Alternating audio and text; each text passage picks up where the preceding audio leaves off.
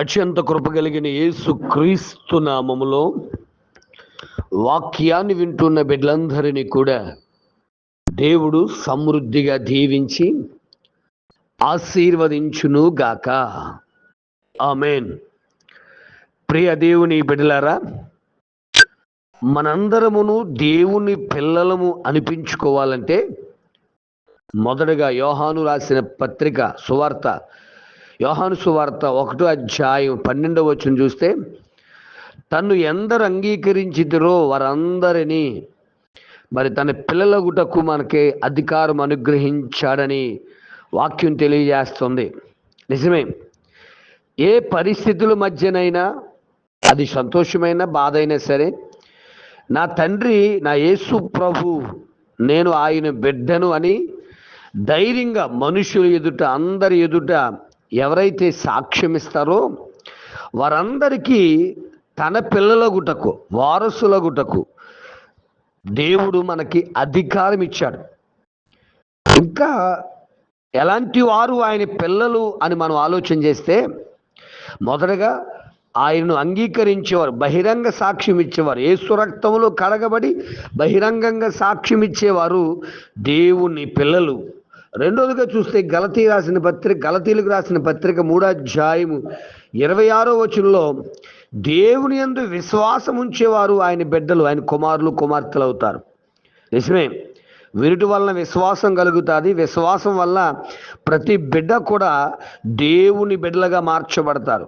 నిజంగా చెప్పండి, మనం దేవుని పిల్లలుగా మనం మార్చబడితే ఏ కొరత లేమి ఉండదండి.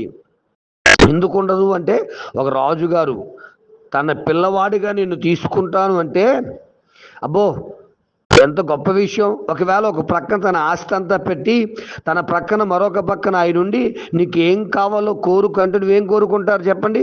ఆస్తిని కోరుకుంటారా, రాజును కోరుకుంటారా అంటే రాజునే కోరుకుంటాం. ఎందుకో తెలుసా? రాజు తర్వాత రాజరికం, రాజుకున్న ఐశ్వర్యం అంతా కూడా మనదే అవుతుంది.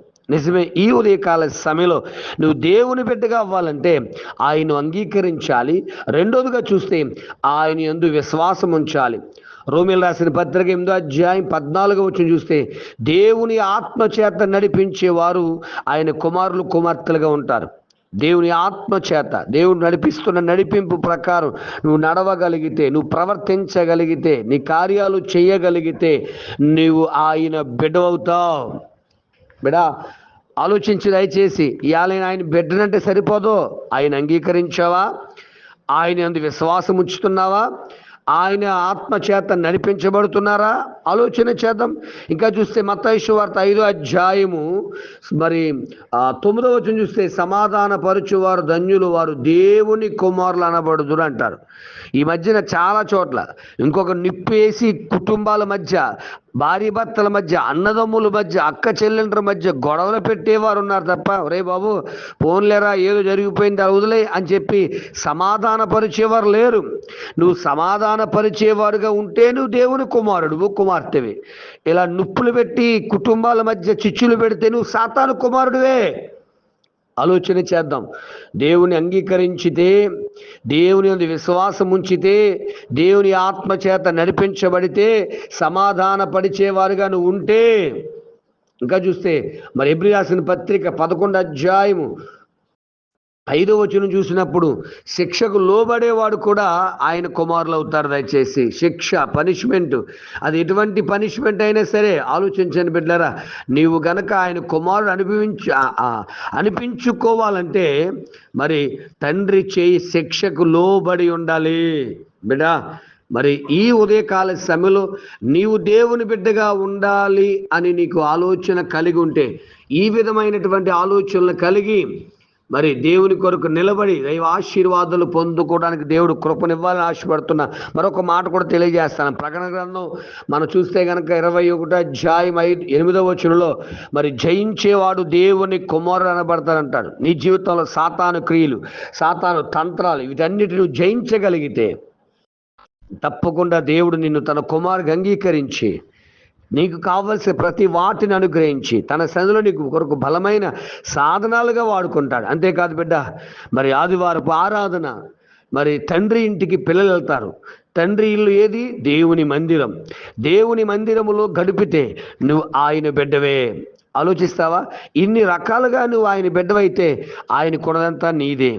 లేదో సాతాను బిడ్డవవుతావు, ఇబ్బంది పడతావు. అలా ఇబ్బంది పడకుండా ఆయన అంగీకరిస్తూ, ఆయన విశ్వాసం ఉంచుతూ, ఆయన ఆత్మచేత నడిపించబడుతూ, ఆయన శిక్షకు లోబడుతూ, మరి సమాధాన పరిచేవారుగా ఉంటూ దేవుని పిల్లలుగా అనేక మందికి మాదిరికరంగా ఉంటావో లేక సాతాను బిడ్డగా ఉంటావో ఆలోచన చేయి. ఎందుకంటే దేవుని కుమారత్వాన్ని నువ్వు పోగొట్టుకోవద్దు.